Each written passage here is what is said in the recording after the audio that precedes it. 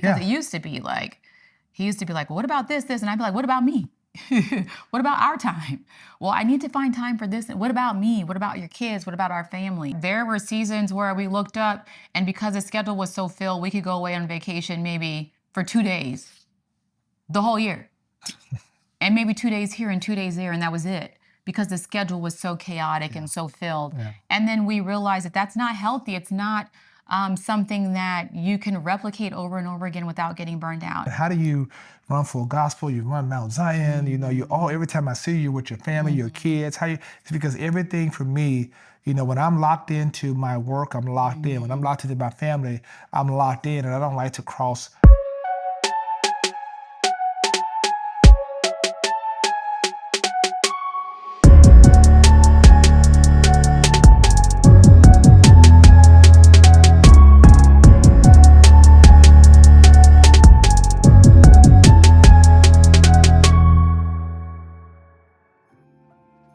Hey, I'm Bishop. And I'm Dr. Steph. Thank you so much for tuning in to another edition of Couple of Destiny. Our life, our journey, our truth. So excited to have you connected today. It always blesses us to have you connected. We say it every week. You know we really mean it, because so many of you every single week let us know you're being blessed by this YouTube channel. Yes, thank you. We really mean it, guys. We appreciate you so much. And make sure that you, while you're here, you comment, and make sure you subscribe. And make sure you share with your friends and family. Yep. And that's important, because as you subscribe and you do all of that, you help us take this to more people. We want to be a blessing to them, and we appreciate it so much. And make sure you follow Dr. Steph, Dr. Steph Walker. Follow me at Joseph Walker 3. Go to our website, josephwalker3.org, and get the most recent book. Y'all, it's out, and it's hot, it's popping. So excited. Ooh, yes, Pursuit of Purpose, Peace by Peace. Get your copy now at josephwalker3.org. We appreciate you in advance for doing that. You know, babe, a lot of people in the comment section reached out and told us they want to hear us talk about how we manage this life, this busy schedule, this craziness, and really organized chaos. Yeah, right. And so we want to talk about how we, you know, it's like full schedules and no stress. Yeah. Right? Yeah. And how we got to that point. Right. And I think it didn't happen overnight. Very intentional, very orchestrated. Yeah. I think the thing to really talk about is like how we communicate about the schedule, how we approach it, how we attack. That's one approach to it. I think that's a main, well, to take a step back, I think the number one thing is put everything on the calendar, right? Because if it's not on the calendar, for us, it doesn't exist. And it ends up being this surprise event or something that we have to do, and it throws everything off kilter. So making sure that everything is on the calendar. And what he was about to talk about was communication. So we do a really good job about at the top of each week, frequently at the top of the month, we kind of do an overview of what's coming up for the following month. And then at the top of each week, we talk about sort of the movement for the week. Yeah, some things are static. We know what those things are. Boom, boom, boom, we anchor. But then also, if there's a change or a variance within that schedule, it's important that I drop that in there and kind of say, this has happened, that's happened, this has happened, so everyone can see it at the same time, so that our movement kind of is in sync. Because when you're managing what we manage, it's like air traffic control. Oh boy. Like everything is always in motion, always at the same time. It's just who's managing what when. It's kind of like the back of a fine watch, right? All the pieces are constantly moving, and it looks like chaos, and you don't know what's turning what.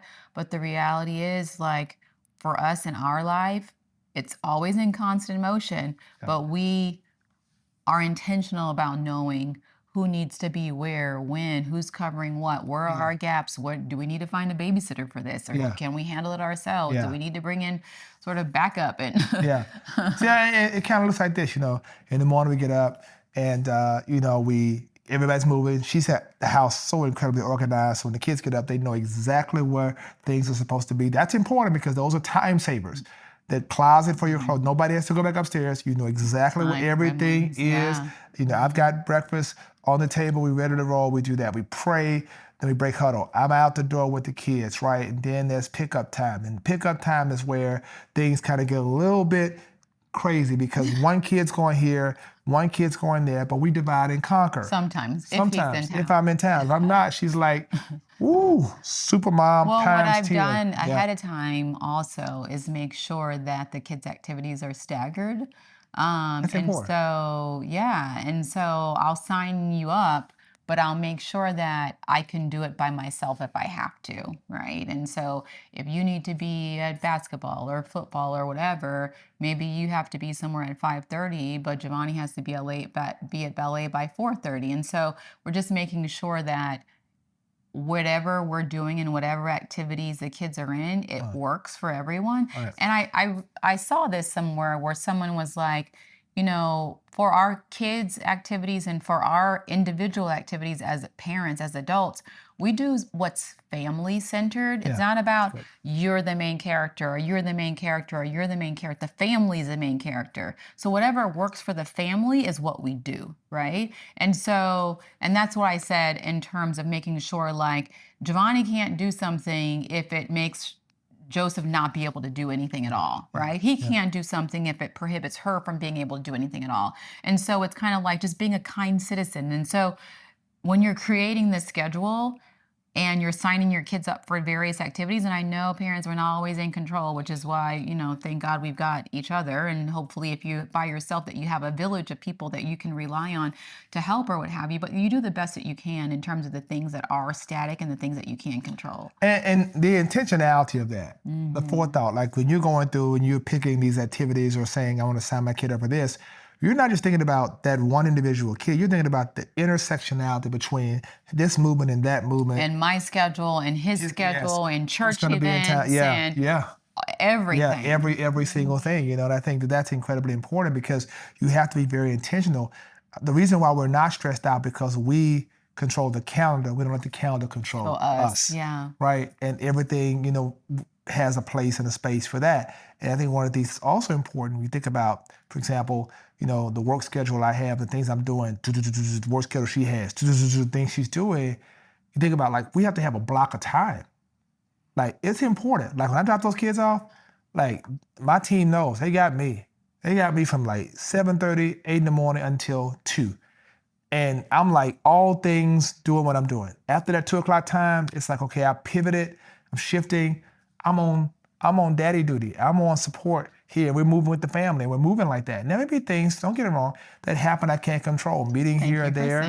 Yeah. There are a lot of things that may interrupt that, and you've been incredibly understanding of that. But at the same time, you do the best that you can, yes, as opposed to letting the calendar just be open. And so like I think one thing that helped me is I pivoted from allowing everybody to be able to put things into my calendar. Yeah, that's good. You know, like sometimes you may be involved in different organizations or different institutions where you might have various secretaries or assistants that might help you as opposed to just having one. You might have 2 or 3 that might have access to your stuff. That is convoluting, it's confusing. I think it's ideal to have one trusted partner who can help oversee your life or what have you, to make sure that they understand the nuances, because someone might be like, oh yeah, there's an interview tomorrow at 6 o'clock. Well, like, I just got off of a plane coming from the beach, like, and some people might understand this, some people might not. Like, I gotta get my hair done, I gotta get my makeup done, I gotta do this, I gotta do that. Like, I'm not a bald man. Like you have to figure out like how to do this. And oh, by the way, the kids have to get here and the kids have to get there. But if someone is in your life that can help you sort of navigate that, or if you're in control. So what I actually ended up doing is backing up. And so now I control my own calendar. I don't have any help controlling my calendar because of all those little nuances that no one is capable of understanding, inclusive of his calendar. And so I think that's another reason why I think things run so smoothly, because we've kind of brought everything in-house in terms of how we orchestrate our schedule. And I get it all the time. I mean, other pastors and leaders and say, man, how do you run full gospel? You run Mount Zion, you know, every time I see you with your family, your kids, it's because everything for me, you know, when I'm locked into my work, I'm locked in. When I'm locked into my family, I'm locked in, and I don't like to cross-pollinate. I want my kids. He has an amazing executive assistant. Big shout out. Big shout out to LeBrent. Yep. Yeah, so if he has something new coming on the calendar, which is all the time, he'll reach out and say, hey, does this work for you guys? Yep. As opposed to just putting into an empty space. Yeah. You can see an empty space on the calendar, but that doesn't mean that that space is really empty. Yeah. And so he does a really good job of making sure that there's no conflicts. And even with people lives. sometimes, you know, getting a little upset at him because he's not getting back to them as quickly because he has to think about, I just can't disrupt the flow of this system because you want to meet with him at 4:30 on an afternoon. He's like, yo, do you know, like, he's actually with Joseph at baseball practice at 4:30 and he's not gonna, you know, do that. So he's a protector, and you need people that can protect the flow of your system. Protect the boundaries of the family. And everybody may not have an executive assistant, I understand that, but I think it's important for you to make sure you protect your boundaries so that you don't allow other people's agendas and schedules to encroach upon yours. I also think it's a commitment that we actually also made too. So we have committed to putting our family first, right? It hasn't always been that way, right? Like there were seasons where we looked up, and because the schedule was so filled, we could go away on vacation maybe for 2 days, the whole year. And maybe 2 days here and 2 days there, and that was it, because the schedule was so chaotic and so filled. And then we realized that that's not healthy. It's not something that you can replicate over and over again without getting burned out. And so what we do, we put our vacations down first on our calendar, because that's pouring into ourselves as individuals, as couple, as a family. We make sure that we're able to refuel, and we put that on our calendar first. And then next we put the kids' stuff for school, because that's not flexible. We're not creating that calendar. The school is creating that calendar, and thank goodness they're in the same place together, because otherwise it would be totally chaotic. And then we layer on the things that are important for us as individuals, and then we layer on the church calendar, and then the full gospel calendar, and all the board meetings, and all that stuff. And then of course we create blocks of time for ourselves to do our own respective businesses and entrepreneurial endeavors as well. But yeah, I mean, I feel like we do it in decency and order. Like, God is a God of order. And I think by honoring what God gave us in terms of our family and each other first, I think that's what helps everything else fall into place, right? Because it used to be like, he used to be like, well, what about this? And I'd be like, what about me? What about our time? Well, I need to find time for this. What about me? What about your kids? What about our family, right? And so now that we have the whole schedule down in terms of those things that are most important in our eyes, I don't care what you do. If you want to have 10 meetings in a row, I do care. But I'm saying, I do care. But I'm saying, like, once everything that's the most important is taken care of, if you want to work till 10 o'clock at night and do, you know, whatever all day long, then go for it, because we know that we have the important things carved out in the calendar. That's good. That's good. That's good. Let's talk about technology. Oh, so tremendously helpful. Oh, can't live without it when it comes to the schedule, right? The technology, even to talk about the thing we did, you know, with the Alexa thing and what we did, the schedule being on that thing is huge, right? And I think the use of technology is important because, you know, my phone's tied to her phone in terms of these schedules. We can see it in real time when something changes. I know what's happening. You know, when he puts my flights in, she knows what time I'm landing. She can see it in real time. Everything downloads, man. That's so important. There's not a lot of repetition. There's not a lot of red tape. Like, once you put it in the calendar, everybody see, not everybody, but we see it. And he's talking about, we got this new Alexa device. I don't even know what it's called, but whatever. It's like the big screen Alexa, and it has your calendar and everything else in it. So in the morning you wake up and you say, Alexa, what's on the calendar for today? And she runs through the whole list of activities. So everybody in the kitchen, everybody in the room knows, hey, this is what's happening for today. So if there's something missing, you can mention it. And if not, otherwise, I mean, Alexa has become like one of our executive assistants. Yes, indeed. Yeah, exactly. Yeah, man. I mean, and that's such a blessing, right? Technology. So don't shy away from technology, man. I mean, that helps a whole lot, because it helps, you know, really order this chaos for us, right? And she also can go grocery shopping, and she also turns into a TV, and she also downloads like whatever you want in your Amazon cart. Yeah, that's AI, man. That's all AI, right? It's AI, man. It's that day and time. So that's so important, right? That's so important. And so I think that you know, I think that there are moments, I think, when some of you be asking then, I think it's important to talk about how do we manage exhaustion, though. Yeah. Because there are those moments when we just really do come to the end of ourselves, and just step away. But schedule sometimes can still be there. We just kind of determine today we're just going to do this. You have to take advantage of that. Well, yeah. And I think because we're on the same page and we have this very similar cadence, we tend to hit the exhaustion wall kind of at the same time. And so what we have a tendency to do is really recognize it first of all, because that's part of the problem usually when you run into burnout is that you don't recognize that you're getting ready to burn out. Right. But you recognize the exhaustion and we figure out what are the things that bring us joy? What are the things that can refuel us? Is it going to the spa? Is it going to play tennis? Is it going for a walk? Is it taking, 2 days to unwind and go somewhere, or do a staycation downtown? Like whatever those things are, we figure out a way to squeeze it in. And sometimes it means rescheduling everything. Or like there were a couple days recently where you just shut down the whole calendar. Sorry, can't do it. Sorry, can't. And it goes back to what I said earlier about doing what's good for the entire family. Like if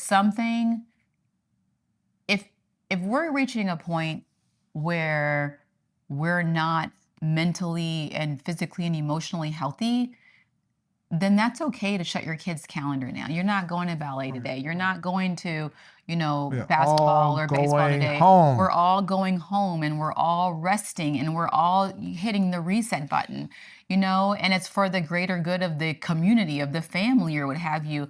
And it's interesting because you expect the kids to fuss and be like, oh my God, no. And they're like, oh my gosh, thank you. Like, because you don't realize that they're grinding just as hard as you are, but in their own way. And so we have a tendency to just hit the reset button, not infrequently. We've done it quite a few times. I think, it's incredibly important, right? To listen to your body, to make sure you're not just constantly just going. I think a part of our, management of stress is doing just that, and taking spa days and figuring out how to have a Selah. A day a week where you're just like, okay, shutting it all down. For most people, it's easy because it's either a Saturday or a Sunday, right? But for us, because Saturdays and Sundays tend to be our busiest days, obviously, Pastor, our Selahs tend to be Mondays. Yeah. Because that's technically our weekend day, but it's a weekday. But that's the day that we do what most people do on a Saturday afternoon or a Sunday afternoon or what have you. And I would say the only other thing would be like, don't be afraid to disappoint people. When he said like, yes, we have a full calendar, but we mostly live stress-free, is because we're not afraid to say no. And we're not afraid to apologize and be like, you know what, I thought I could do it, but unfortunately it looks like I can't because, whatever the explanation is. And the expectation is that people who get you will understand and respect that. And guess what? If they don't understand and respect that, I'm okay with that. Because ultimately the goal is for me to be healthy, for him to be healthy, and for our kids to be healthy, happy, and whole. Yeah, that's so true. I think, no is an answer. No is an answer. So guarding that calendar, making sure that you guard it, protect it at all costs. Don't let people put their to-do on your to-do list. Too much do-do. So that's my husband, y'all. Forgive him. No, like for real. I mean, that's like real. Like you got to do that, and I'm cognizant of that. Yeah. One thing I would share, and I share this in leadership training for people: take advantage of the white space. Like when you. What is white space? White space for me is when I'm driving and I have calls to return. I don't wait till I get to where I'm going to return the calls. I use my hands free and I can get 3 or 4 calls in. Or if I'm catch a train, I'm not mad about the train. I just sit there, take out my phone, and I respond to emails right then. So white space is basically like what most people don't even recognize as free time because they're actively moving, but you're not actively doing something that requires high level of cognition. And so basically it's, for us, free time because you're either in the car or you're traveling or you're on a plane or you're waiting in line for your kids or you're, that's the big one. That school, that hour waiting for those kids in line, man, what? I'm like getting all this work done because that buys me time. Or instead of waiting, let's say if you have a meeting, let's say if your meeting's at 2:30, instead of getting there at 2:30, you get there at 2 o'clock so that you can sit down and do something for work on something for 30 minutes and still be prepared and in place for your next meeting. So really carving or intentionally using those little little pockets of time to either get ahead or to catch up. Yeah, that's good. So, guys, it's really not rocket science, and it's not as complicated as you might think. Taking control of your calendar is about intentional decisions, thinking intersectionally in terms of how one thing affects another thing, and making sure you make the right decisions and prioritize your schedule, your calendar, using technology to integrate your movement, and then making certain you take care of you in the process, because if you break down, Nothing else is going to matter. So while you're out here doing all this stuff, make sure you check on you, listen to your body, take care of the CEO, that's you. Make sure you do that, and make certain you consistently remain flexible. Yeah. That's the final thing I'm going to tell you. Just stay able to pivot, perfect the pivot. Woo, listen, let me tell you something. We could write a whole book on that, because we have perfected the pivot in so many times at the last minute. Okay, that just came up. Because in my line of work, I mean, man, like, our motto is one you phone pivot, call. Don't panic. Pivot, don't panic. Say it for the don't people in the panic. back. Yeah. My phone rings. I'm in the middle of a situation with a family, going through a death, or going through whatever. Or anything. Anything. And I'm like, all of a sudden, this one's like, okay. No problem. Hold on, let's sit down and figure it out. Boom, boom, boom, boom. And in like less than 5 minutes, we figured out a solution. We pivoted. We moved on. Not gonna panic. So pivot, don't panic. That's a whole shirt, girl. That's a whole statement. Man, that's a blessing. We hope this one has blessed y'all. We hope, as you heard, if you have any questions for us, put it in the comment section. We just want to share some practical tools with you. We think that could be a blessing to you.